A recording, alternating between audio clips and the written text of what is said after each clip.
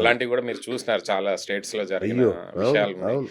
So అది జరగకుండా ఈ గవర్నమెంట్ కంపల్సరీ ఆ కంపెనీస్ తో టచ్ లో ఉండి వాళ్ళకి కావాల్సిన రిక్వైర్మెంట్స్ అన్ని ఫుల్ఫిల్ చేసి వాళ్ళని పెట్టుబడులు పెట్టించి వాళ్ళకి కావాల్సినవన్నీ ఆన్ టైం ఇస్తే, కరప్షన్ లేకుండా, డిలే లేకుండా, బ్యూరోక్రటికల్ ఇష్యూస్ లేకుండా ఇచ్చినప్పుడే ఈ సమ్మిట్స్ అనే వాటికి ఒక అర్థం ఒక అర్థం పర్థం ఉంటుంది. ఉంటది. లేదంటే ఇంకా సమ్మిట్స్ ప్రతిసా చేసి కదా! ప్రతిసారి సబ్మిట్ చేస్తున్నారు, దాని లక్షలుగా ఉంటాయి, ఇక్కడ నిజానికి అక్కడ ఏం జరుగుతుంది అనేది తర్వాత ఎవరికి తెలియదు. ఈ దాంట్లో వ్యాపార దృక్పథం తప్ప రియల్ ఎస్టేట్ కన్నా ఇంకేం కనబట్లే ఈ ప్రభుత్వం చేసే చర్యల్లో. తప్పకుండా ఇప్పుడు అంటే ఎట్లా దానికి ఒక రీజన్ product చెప్తాను. marketing reason launch. చెప్తాను. మీకు ఒక విధానం అంటూ ఉండుంటే ఇప్పటికే ఆల్మోస్ట్ 1,00,000 అపార్ట్మెంట్లు ఖాళీ ఉన్నట్టుగా నివేదికలు చెప్తున్నాయి. గణాంకాలు అవునా కాదా? డెఫినెట్ గా అండి ఇంకెన్ని inventory అవుతుంది. కదా ఇన్వెంటరీ 1,00,000 ఉంది ఖాళీగా. Hmm. ఇప్పటికే అక్కడ దిగేటోళ్ళు లేడు, కొనేటోళ్ళు అమ్మేటోళ్ళు లేడు, కొనేటోళ్ళు లేడు. నువ్వు ఇంకా పర్మిషన్లు ఎందుకు ఇస్తున్నావు? 100 అంతస్తులు, 50 అంతస్తులు ఏం చేసుకుంటావు? అంటే దీన్ని రెండు రకాలుగా చూడొచ్చండి. ఒకటి డెఫినెట్ గా ఇన్వెంటరీ అనేది ఉంది. Inventory will go on for 3 to 4 years. Right. దాన్ని ఇంకో రకంగా చూస్తే ఒక Correct. సిటీ అడ్వాంటేజ్ ఎప్పుడు ఉంటది, మీకు ఇన్వెంటరీ ఉంది అన్నప్పుడే జనాలు మైగ్రేట్ అవుతారు. ఓకే. ఇక్కడ అఫోర్డబుల్ ప్రైస్ ఉంది, మీకు ఇల్లులు రెంట్కి దొరుకుతున్నాయి, అఫోర్డబుల్గా ఇల్లులు దొరుకుతున్నాయి అన్నప్పుడు మైగ్రేషన్ అనేది స్టార్ట్ అవుతుంది. అట్లాగే లాస్ట్ 10 years నుంచి ఎగ్జాక్ట్లీ అఫోర్డబుల్ గా దొరుకుతాయి అన్నప్పుడు ఈ పాయింట్ నోట్ చేసుకోవాలి. జరిగింది. Hmm. కానీ moving forward Hyderabad city prices పెరుగుతున్నాయి, అఫోర్డబిలిటీ పెరుగుతుంది, కాస్ట్ ఆఫ్ లివింగ్ పెరుగుతుంది.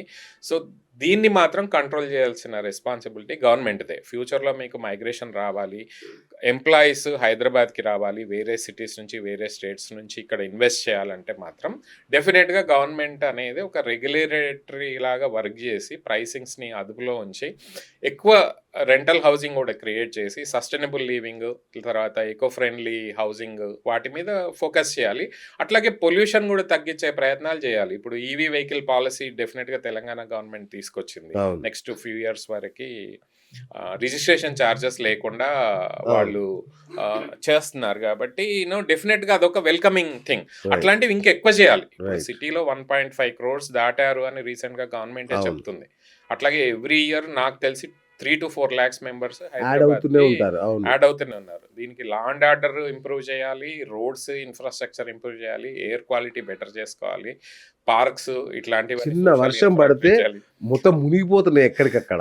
సో ఇవన్నీ కూడా డెఫినెట్ గా ఇంప్రూవ్ చేసుకున్నప్పుడే ఒక సిటీకి గ్రోత్. నువ్వు ఇవాళ హైదరాబాద్ ని న్యూయార్క్ తో కంపేర్ చేస్తాను, టోక్యోతో కంపేర్ చేస్తాను, బెర్లిన్ తో కంపేర్ చేస్తాను అనడం కాదు. నిజంగా అక్కడ ఉన్న ఫెసిలిటీస్ మన సిటీలో మనం క్రియేట్ చేస్తున్నామా లేదా అనేది ఫస్ట్ ప్రయారిటీ.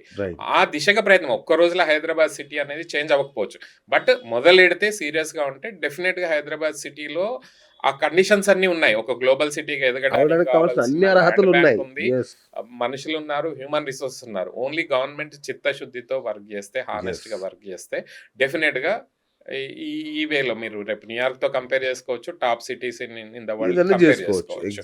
మేమేదో పేపర్ లో వచ్చిన ఆర్టికల్ ని బట్టి మేము హైదరాబాద్ టాప్ సిటీ అనుకోవడం అర్థం కాదు కదా. ఇక్కడ ఉన్న ప్రజలు నిజంగా హ్యాపీగా ఉన్నారా లేదా అనేది ఫస్ట్ ప్రయారిటీ. ప్రజల్ని పంపించేస్తున్నారు సిటీ నుంచి, ఖాళీ చేపి. ఇప్పుడు రేట్లు పెరుగుతున్నాయి, మీరందరూ పెంచుతున్నారు, మీరైతే ఖాళీ కూర్చోరు, రియల్టర్లు ఖాళీ కూర్చోరుగా. గవర్నమెంట్ రిజిస్ట్రేషన్ ఛార్జీలు పెంచింది అంటే దాని అర్థం ఏంటి? ఇక దండుకోండి మీ ఇష్టం అని రియల్టర్లకి హామీ ఇచ్చినట్టే కదా. అంటే అట్లా కాదు. ఇప్పుడు ఇక్కడ గవర్నమెంట్, డెవలపర్స్, ప్రజలు ముగ్గురు కోఆర్డినేషన్ తో వర్క్ చేయాల్సిన రియల్ ఎస్టేట్ జరుగుతుందా? జరగట్లేదు. ఇప్పుడు డెవలపర్స్ కి కావాల్సిన ఫెసిలిటీస్ గవర్నమెంట్ ఇస్తుందా? Point number 1. గవర్నమెంట్ డెవలపర్స్ కి కావాల్సినవి చేస్తుందా? పాలసీ మేకింగ్ చేస్తుందా? ప్రజల కోసం కావాల్సిన ఇన్ఫ్రాస్ట్రక్చర్ డెవలపర్స్ ఇస్తున్నారా అట్ ద అఫోర్డబుల్ ప్రైసెస్ లో? అది లేదు. ఈ 3 ఇంటరాక్షన్ అనేది చాలా లోపిస్తుంది. 1.5 year గా చూస్తే బిల్డర్స్ చాలా స్ట్రగుల్ అయినారు, పర్మిషన్స్ దగ్గర నుంచి అన్నిటికి కూడా, మిగతా విషయాల్లో కూడా. సో అంతకుముందు కూడా కొన్ని ఇబ్బందులు అయితే ఉన్నాయి. కానీ ఈ ప్రయత్నం అయితే గవర్నమెంట్ ఎక్కువ చేయట్లేదు. అప్పుడప్పుడు క్రెడా అని, లేకపోతే ఏపీ రెడా అని, తెలంగాణ రెడా, వీళ్ళందరూ మీటింగ్స్ పెడుతున్నారు తప్పితే ఒక రియలిస్టిక్ గా డిస్కషన్ అనేది జరగట్లేదు. గవర్నమెంట్ ఆ దిశగా ఏమి మార్పులు చేర్పులు అనేది పాలసీలో చేయట్లేదు. ఎట్లుందో అట్లనే ఉంది, కొత్తగా చేసింది ఏం లేదు. సాఫ్ట్వేర్ ఒకటి మారింది. పర్మిషన్ సాఫ్ట్వేర్ ముందు TSI పాస్ ఉండేది, ఇప్పుడు కొత్తగా బిల్డ్ నవ్ అని వచ్చింది. బట్ కొన్ని సాఫ్ట్‌వేర్‌లు, టెక్నాలజీ యూసేజ్ వల్ల గూడా కొంచెం ట్రాన్స్‌పరెన్సీ అయితే ముందు కన్నా బెటర్‌గా అయితే వచ్చిందిప్పుడు. ఓకే. రెరా రావడం గూడా ఒక మంచి సంకేతము. హ్మ్. దానివల్ల గూడా కొంచెం బెటర్ అయింది. కానీ ఇవన్నీ గూడా ప్రాపర్‌గా ఇంప్లిమెంట్ చేస్తున్నారా? టైంకి పర్మిషన్స్ ఇస్తున్నారా? హ్మ్. టైంకి డెవలపర్స్ డెలివర్ చేస్తున్నారా? క్వాలిటీ హౌసింగ్ ఇస్తున్నారా? అనేది ఒక గవర్నమెంట్ తప్పకుండా ఆ విషయంలో ప్రజల కోసము, డెవలపర్స్ కోసము ముగ్గురు కలిసి పనిచేస్తేనే ఈ ఎకోసిస్టమ్ అనేది బిల్డ్ అవుతది. కదా! లేదంటే సామాన్య ప్రజలు ఇవాళ ఇల్లు కొనుక్కోవడం అనేది చాలా డిఫికల్ట్ థింగ్. ఇప్పుడు ఇంకొకటి అన్నగారు, బ్యాంకింగ్ వ్యవస్థ కూడా కుప్పకూలే పరిస్థితి. ఎందుకంటే అన్‌లిమిటెడ్ ఇన్వెంటరీ క్రియేట్ చేసుకుంటూ పోతే రేపు దాన్ని కొనేవాళ్ళు లేకపోతే డెఫినెట్‌గా ఈ హౌసింగ్ వాడు కొన్న కట్టడు తర్వాత కదా! ఈఎంఐస్ కట్టకపోతే రేపు బ్యాంక్స్ వాడు నిలబడవు ఈఎంఐ కదా! కట్టడు. వాడు ఒకవేళ నేను కొనే స్థితిలో లేనంటే అవి ఖాళీగా ఉన్నాయి అనుకోండి, బిల్డర్ ఎగ్గొడతాడు బ్యాంకులకి. అంటే మేమే చూస్తున్నామండి. యెస్. ఇంతకుముందు ఆన్ టైమ్ పే చేసే వాళ్ళు ఉండేవాళ్ళు. ఒక అవును. ఇల్లు కొంటే ఫేజ్డ్ పేమెంట్‌లో ఎవ్రీ 3 మంత్స్, 4 మంత్స్ 10% ఇన్‌స్టాల్‌మెంట్స్ టైంకి కట్టేవాళ్ళు. యెస్. ఈ మధ్య అబ్జర్వేషన్ చూస్తున్నాం. చాలా మంది లేట్ చేస్తున్నారు పేమెంట్‌లు చేయడం. హ్మ్. ఈఎంఐ కట్టడం కూడా లేట్ అయితుంది. దానికి మళ్ళీ వాళ్ళు ఎగ్జాక్ట్‌లీ. ఇంట్రెస్ట్‌లు పే చేస్తున్నారు. చూడండి. ఇలాంటి ఈ మధ్య చూస్తున్నాం. లాస్ట్ 1 చూడండి. ½ ఇయర్. ఎందుకు reason? Because of the affordability again. Correct. So ఇది కొంచెం ప్రమాదకరమైన స్థితికి చేరుకుంటే మాత్రము డెవలపర్స్ ఇబ్బంది అవుతది. అవును. ప్రజలకి ఇబ్బంది అవుతది. ఫైనల్‌గా గవర్నమెంట్‌కి వచ్చే టాక్సెస్ కూడా రావు. గవర్నమెంట్‌కి టాక్సెస్ రాకపోతే మళ్ళీ ఇన్‌ఫ్రాస్ట్రక్చర్ రాదు. మళ్ళీ సో రాదు. ఇవన్నీ కూడా ఇంటర్ రిలేటెడ్. వీటన్నిటి మీద గవర్నమెంట్ ఫోకస్ పెట్టి ఒక రెగ్యులేటరీ నియంత్రణ అనేది కంపల్సరీ చేయకపోతే ఇట్లా ఆక్షన్లు చేసుకుంటూ వెళ్ళారనుకోండి ఫ్యూచర్‌లో హ్మ్. డెఫినెట్‌గా ఇది ఇబ్బందికరమైన వాతావరణమే ఓవరాల్ కదా! ఎకోసిస్టమ్‌కి. ఇప్పుడు మీరు 100 కోట్లకు అమ్మండి, 150 అమ్మండి. మీకు ఎంప్లాయ్‌మెంట్ జనరేట్ అవుతది. అదొక కంపెనీస్ పద్ధతిగా వస్తాయి. అదొక చేసుకోండి. అవును. పద్ధతి. At the same time you also need to create rental ఒక హౌసింగ్. ఎకోసిస్టమ్ ఉండాలి కదా! ఒక ఒక ఎకోసిస్టమ్ ఎకోసిస్టమ్ అనేది అనేది నడవాలి కదా! బిల్డ్ చేయాలి. ఇప్పుడు ఆ! గవర్నమెంట్‌కి రెవెన్యూ రావాలి. రెవెన్యూ వచ్చినప్పుడే ఇన్‌ఫ్రాస్ట్రక్చర్ కానీ, మిగతా ఫెసిలిటీస్ అవుతది. కానీ వస్తాయి. పేదలకు ఇల్లులు కావాలన్నా ఇవాళ రిచ్చోళ్ళ దగ్గర టాక్సెస్ వసూలు చేస్తేనే అంతేనే పేదలకు కదా! ఇవ్వాల్సొస్తది. సో, డెఫినెట్‌గా మీరు 100 కోట్లకు అమ్మొద్దనైతే చెప్పము. కరెక్ట్. అమ్మండి. కానీ అదే కంపల్సరీ ఒక నియంత్రణ అనేది కూడా ఉండాలి. అవును. ఇవాళ అడ్డగోలుగా రేట్లు పెరుక్కుంటూ పోతే ఫైనల్‌గా మళ్ళీ ప్రాబ్లమ్ వచ్చేది ప్రజలకి, ప్రాబ్లమ్ వచ్చేది డెవలపర్స్‌కి, ప్రాబ్లమ్ వచ్చేది బ్యాంక్స్‌కి, ప్రాబ్లమ్ వచ్చేది ప్రభుత్వానికి. ఇంకొకటి అన్నారు, ఎఫ్ఎస్ఐ ఫ్లోర్ స్పేస్ ఇండెక్స్ తీసుకుంటే అన్‌లిమిటెడ్ ఇచ్చేస్తున్నారు. ఇది అంటే ఆల్మోస్ట్ కాంక్రీట్ జంగల్ లాగా పార్కుల్ని కూడా కట్టేస్తారు. తవ్వేసి కట్టేస్తారు ఎక్కడ పడితే అక్కడ. చెరువుల్ని మింగేసారు. ఆల్రెడీ అన్నీ అయిపోయినాయి.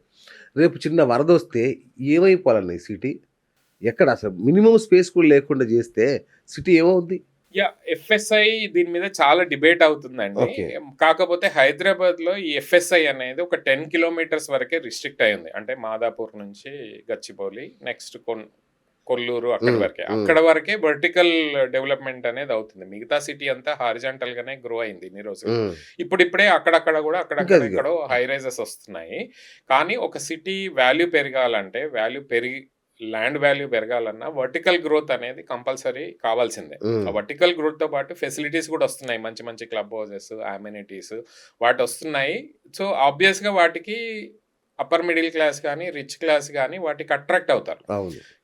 ఆ వర్టికల్ గ్రోత్ అనేది ఎంప్లాయ్మెంట్ జనరేషన్‌కి, వెల్త్ క్రియేషన్ కూడా యూజ్ అవుతది. ఒక పాజిటివ్ ఆస్పెక్ట్ కూడా ఉంది. రైట్. ఎఫ్ఎస్ఐ వల్ల, అన్‌లిమిటెడ్ ఎఫ్ఎస్ఐ వల్ల, వర్టికల్ గ్రోత్ అవ్వడం వల్ల కొన్ని పాజిటివ్ పాయింట్స్ ఉన్నాయి. నెగెటివ్ పాయింట్స్ కూడా ఉన్నాయి.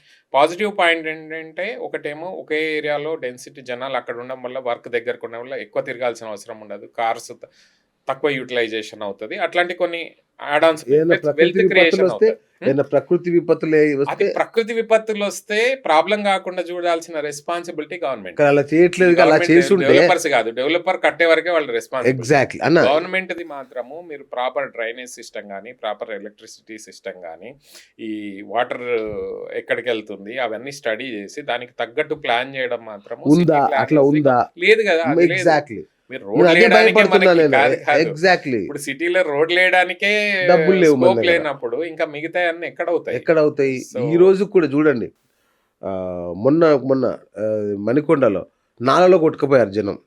అవును. ఒక సాఫ్ట్‌వేర్ ఇంజినీర్ నాలాలో వర్షాకాలం చాలా ఎంత ఇబ్బందులు.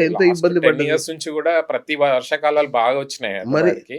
ప్రతిసారి ఇబ్బంది అవుతూనే ఉంటది. దానికంటూ ఒక లాంగ్ టర్మ్ ప్రణాళిక గానీ లేదు, అది ఏం చేయడం చేద్దామని సాధ్యం కాదు. పోనీ కొత్త సిటీలో అన్న చేస్తున్నారంటే అది జరగట్లేదు. మరి ఎక్కడ?